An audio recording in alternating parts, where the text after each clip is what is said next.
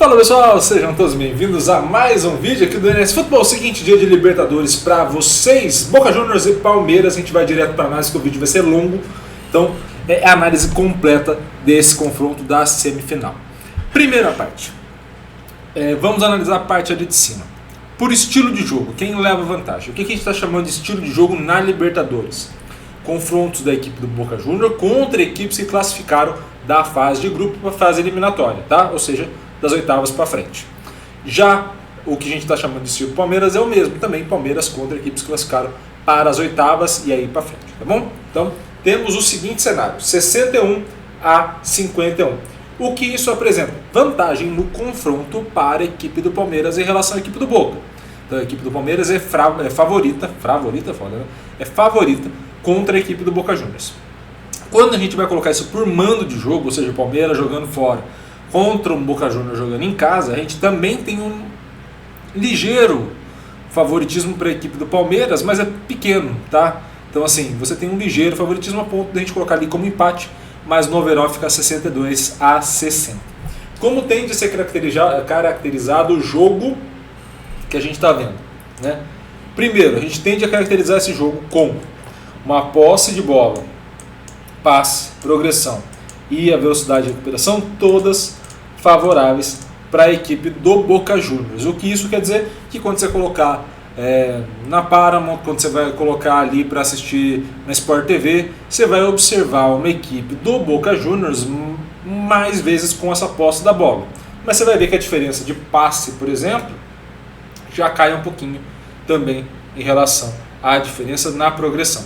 Então você tem um cenário aqui de um Boca Juniors com mais posse e um Palmeiras jogando mais no contra-ataque. A diferença vai ser 70 a 30? Provavelmente não. É a famosa diferença ali de 65 a 45, 60 a 40 algumas vezes, mas a gente pode entender nessa proporção, tá? Não muito mais que isso, tá? Vai ser muito surpreendente se for mais do que isso. Na defesa, na hora que o adversário está te atacando, como que as duas equipes se comportam? Boca Juniors leva vantagem no bloqueio e também na defesa. O grande detalhe é que essas duas vantagens não são grandes. Então, assim, você tem uma diferença de 2 pontos aqui na defesa e 3 pontos aqui no bloqueio. Então, essas diferenças não são grandes, não são significativas, e a gente está olhando para um cenário de equilíbrio nessa fase final, de evitar o gol do adversário. Quando a gente vai mais à frente, quando você tem, por exemplo, a finalização da própria equipe que a gente está analisando, ou do Boca ou do Palmeiras, aí você tem uma vantagem para o Boca, que também não é uma grande vantagem, tá? As duas equipes finalizam bastante nessa competição. E quando você vai para a conversão de gol, aí o Palmeiras leva muita vantagem em relação ao Boca Juniors. 32 a 15, o Boca não é uma equipe que consegue tanta conversão assim, tá? Ou pelo menos não vem conseguindo ao longo dessa Libertadores. Já o Palmeiras tem uma grande taxa de conversão, jogando em casa, jogando fora, nos dois cenários, o Palmeiras leva vantagem, tá? Quando a gente for entender também essa mudança, a gente tem aqui em laranja o mando de campo, em azul o perfil contra essas equipes de sucesso, que as equipes que classificaram para a segunda fase, depois da fase eliminatória, a fase ali de grupos. Você tem basicamente o mesmo número de passes, mesma progressão, mesma velocidade de recuperação, e o que muda para o Palmeiras ser muito mais favorito que o Boca Juniors, né? Nesse cenário, você tem, por conta do mando, né, e aí contra adversários que nem o Palmeiras, uma queda do número de chutes e uma queda da probabilidade de fazer gols. Então que nesses dois cenários você já apresenta uma queda, e também essa queda vai estar presente na defesa, ou seja, os adversários finalizam melhor do que os que foram eliminados, e isso acaba acarretando num menor índice de defesa, tá? Eu até bloqueio um pouco mais. Por quê? Porque se vocês forem lembrar dos jogos do Boca, até o momento, o Boca não sofre muitos gols, tá? O Boca acaba jogando com uma linha mais recuada, menos posse não, né? Mas com uma posse que não necessariamente vai progredir tanto, a gente vai falar isso mais à frente, mas principalmente é um Boca que não consegue produzir finalizações e acaba se defendendo muito melhor do que atacando, tá? Quando a gente vai para o Palmeiras, contra equipes do estilo do Boca Juniors, né, com equipes de sucesso na Libertadores, você tem ali basicamente o mesmo número de passes, o mesmo número de progressão, recuperações parecidas. O que vai modificar bastante Eu chuto mais vezes, mas eu converto um pouco menos. Então a taxa minha de conversão é até maior do que a do Boca, independente dos cenários. Mas, de novo, eu chuto mais. Então eu tenho que tentar mais vezes para fazer o mesmo montante de gols que eu fazia. Então esse é um ponto importante. Já na defesa, eu bloqueio mais vezes. Então eu me defendo melhor bloqueando, mas acabo tendo menor participação do goleiro. Ou seja, quando a bola passa dessa questão do bloqueio, passa da defesa, é mais difícil para o Everton defender. E é normal também, até porque a qualidade da equipe adversária finalizando é maior que as equipes que foram eliminadas, tá? Quando a gente vai entender o perfil das equipes, a gente vai ter um confronto aí direto entre os goleiros, né, no sentido de eles vão evitar os gols, e aí temos Romero e o Everton. Nesse cenário, a gente tem uma larga vantagem para o Everton, seja na defesa, seja também na realização de passe ou no passe que progrida um pouco mais.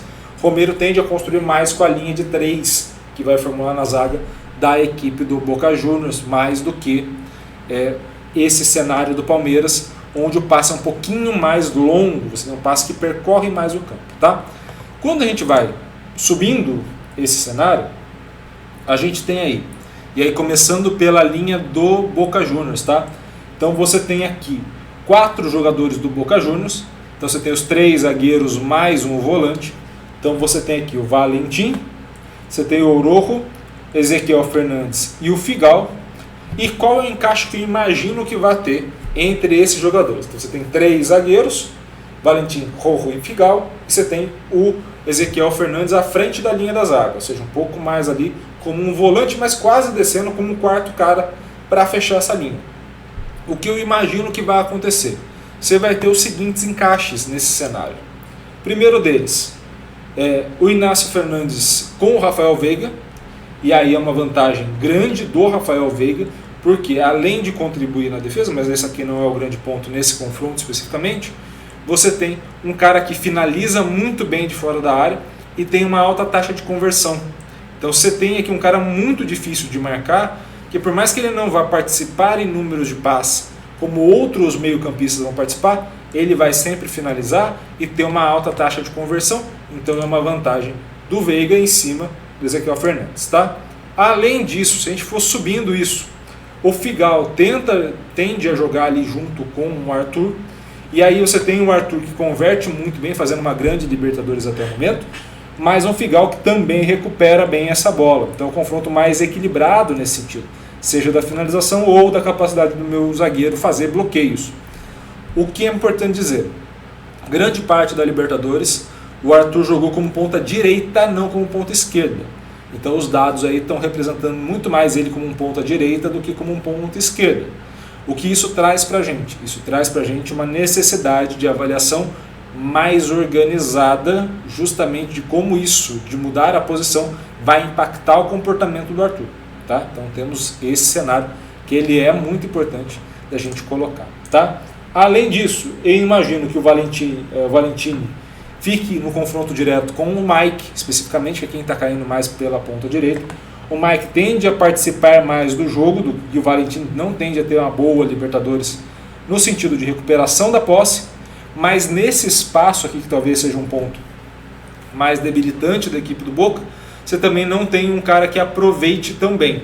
Para um lateral, ele aproveita bem. Para um ala, um ponta, ele acaba não aproveitando tão bem assim as situações, tá? Se a gente subir um pouco mais também, a gente vai ter outro confronto aí entre o Orojo e o Rony, e aí nesses dois cenários você tem aí o Rony levando pequenas vantagens em relação ao Orojo da recuperação. Como o Boca fica mais com essa posse, não é uma equipe que pressiona tanto, mas ela acaba recuperando pelo erro do adversário, você tem poucos desarmes dessa equipe, de fato, numa situação de 1 contra 1, porque você acaba tendo muita gente de recuperação, ou por interceptação, ou por bola recuperada quando ela sai pela linha de fundo, ou algo relacionado muito mais ao erro do adversário do que a retomada por parte dos defensores. Por isso, essa vantagem do Palmeiras em situações de 1 contra 1, principalmente com jogadores mais rápidos. Nas pontas, acredito que vai ter que o Fabra e o Advíncula, então aí você já tem uma linha de 3 formulada com um volante no caso do Boca Juniors, e agora os 2 laterais / alas, tá? quem vai subir um pouco mais? O Fabra sobe um pouco mais do que o Advíncula, tá? O Advíncula acaba ficando um pouco mais nesse sentido, e quando sobe gera perigo. Mas quem vai fazer essa parte de dar profundidade pela esquerda aqui é o Fabra. E aí que você tem um confronto direto dele com o Marcos Rocha e do Advíncula com o Piquerez. Cenário 1, Marcos Rocha contra o Fabra. Aí você tem o Fabra que consegue finalizar um pouco mais, tem um maior número de passes, acaba recuperando bem essa posse. Então nessa parte aqui eu acredito que essas situações que a gente vai ter, o Fabra vai ser o grande responsável por esse primeiro combate, seja o Mike, seja o Marcos Rocha. E aí você tem um cara de fato de recuperação dessa posse. Não é o Valentini. O Valentini tende a fazer uma cobertura do Fabra e dobrar a marcação. Mas num primeiro momento, o Fabra é quem vai fazer isso e faz bem. Tá? Então fica aí esse recado que é importante. Já no segundo confronto entre o Advíncula e o Piquerez, são dois jogadores que apoiam muito. Tanto o Piquerez pela esquerda do Palmeiras quanto o Advíncula pela direita acabam apoiando bastante. Aí, você não falou que ele não sobe tanto? De fato ele não sobe, mas ele participa muito bem das finalizações do Boca Juniors. Então não necessariamente ele vai fazer esse processo de subir toda hora, como se fosse um ponta de fato para ir à linha de fundo e cruzar, mas ele participa um pouco mais internamente, e aí você consegue trabalhar mais a jogada e pisar algumas vezes na área, finalizando. Grandes vezes? Não, mas pisa. Tá? E aí nesse cenário você tem o Advíncula com uma certa vantagem na recuperação e uma desvantagem na parte ofensiva, que aí o Piquerez de fato vai melhor do que o Advíncula, do que o peruano, tá bom? Quando a gente vai para o meio campo, então aí para a região mais central, eu tenho o Paul Fernandes e o Christian Medina, e aí você tem, nesse fato aqui, o Gabriel Menino e o Zé Rafael fazendo a marcação, tá? O que a gente imagina desse encaixe? O Gabriel Menino leva vantagem em relação ao Medina, então você tem esse primeiro confronto, vantagem no passe, na progressão, na finalização, na conversão para gol, vantagem na parte defensiva, então esse confronto já tem uma vantagem, e o Zé Rafael acaba levando uma vantagem maior na defesa, mas na hora da construção o Fernandes acaba levando uma vantagem em relação ao Zé Rafael de encontrar esses passes. Então assim, é um jogador que participa mais da criação do Boca do que necessariamente da recuperação, e o Zé Rafael até pela função, até liberando o Rony e o Gabriel Menino, o Rafael Veiga e o Gabriel Menino, você tem aí um cenário onde ele vai participar mais da recuperação da posse do Palmeiras. Ele é o cara que vai fazer a maioria dos desarmes. Tá? Indo um pouco mais à frente, você vai ter o Merentiel e o Cavani, e aí você tem um confronto direto com o Gustavo Gomes e com o Murilo. Tá? Qual é o grande ponto desses confrontos? Você tem um confronto, uma vantagem muito grande do Murilo em relação ao Merentiel, que imagino que o encaixe seja esse, tá? Até para deixar o Gustavo Gomes com encaixe direto com o Cavani. Você tem uma vantagem muito grande do Murilo em relação ao Merentiel. Não são grandes atuações do ataque do Boca Juniors até esse momento, principalmente nos confrontos contra as grandes equipes. Tá?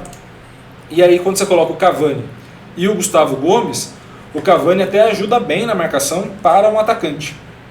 Tá? E o Gustavo Gomes, de novo, quem vai recuperar muito mais essa bola no 1 contra 1 é o Zé Rafael. Tá?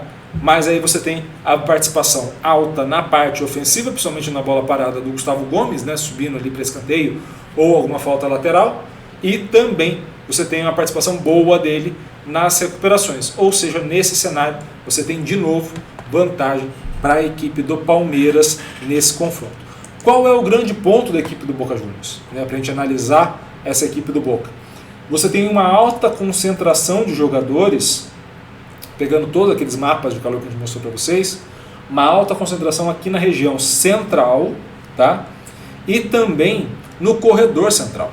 Então você tem, tanto por corredor quanto por zona, né, tanto ali também indo nessa direção de campo, você tem uma concentração na parte central. Então você tem ali muita troca pelos 3 caras de meio campo do Boca Juniors e os 2 atacantes. Se você não consegue dar profundidade com o Fabra e com o Advíncula, você acaba ficando sem jogada. Então você toca muito essa bola, perde essa bola sem conseguir finalizar, e aí recompõe a defesa para recuperar de novo essa bola pelo erro do adversário e ter essa mesma dificuldade. Toca, toca, toca, toca, acaba não finalizando. E a equipe do Palmeiras, Iago? Aí você tem uma jogada mais construída pelas laterais, isso olhando para a Libertadores, tá? Esse é o gráfico da Libertadores. Então você tem aqui uma construção com uma parte muito forte pela esquerda e pela direita. Aqui com o Mike, acaba tendo mais o Mike, o Veiga e também o Marcos Rocha, tá? Se você coloca o Arthur para esse lado, você ainda tem uma progressão maior nesse sentido de campo, né? Você ainda tem um ganho maior, mas se o Arthur jogar para cá, você tem o Arthur, você tem o Gabriel Menino, e você acaba tendo, por vezes, o apoio do Rony, que acaba descendo, por vezes, nessa região. Então, de novo, você passa a ter um campo de atuação muito legal e com essa chegada mais à frente do Rony, que apesar de não ter uma alta taxa de conversão, faz bem isso para a equipe do Palmeiras, tá? Favorito para esse primeiro confronto seria um resultado de empate, o resultado mais comum seria o empate. Para o confronto como um todo, vantagem do Palmeiras, tá? Para o Boca Juniors, o que é importante é entender que, fazendo ou não o primeiro gol, há uma chance grande do Palmeiras fazer o primeiro, há uma chance grande do Palmeiras fazer pelo menos um. Ou seja, se o Boca fizer um gol, é necessário ainda fazer um segundo gol. Por quê? Porque há uma tendência grande do Palmeiras fazer pelo menos um gol e vir para o Allianz Parque com resultados próximos ou empate ou até mesmo uma vitória simples. Então, perceba como esse cenário todo é muito vantajoso para a equipe do Palmeiras, mas precisa saber aproveitar essa vantagem e criar nesse contexto essa vantagem. Beleza? Espero muito que vocês tenham gostado desse vídeo. Gostou? Curta, comente e compartilhe esse vídeo com o máximo de gente. E, é claro, se inscreva no canal e ative o sininho para receber todas as notificações. Um grande abraço a todos. Obrigado pelo carinho e pela audiência. Valeu. Até a próxima.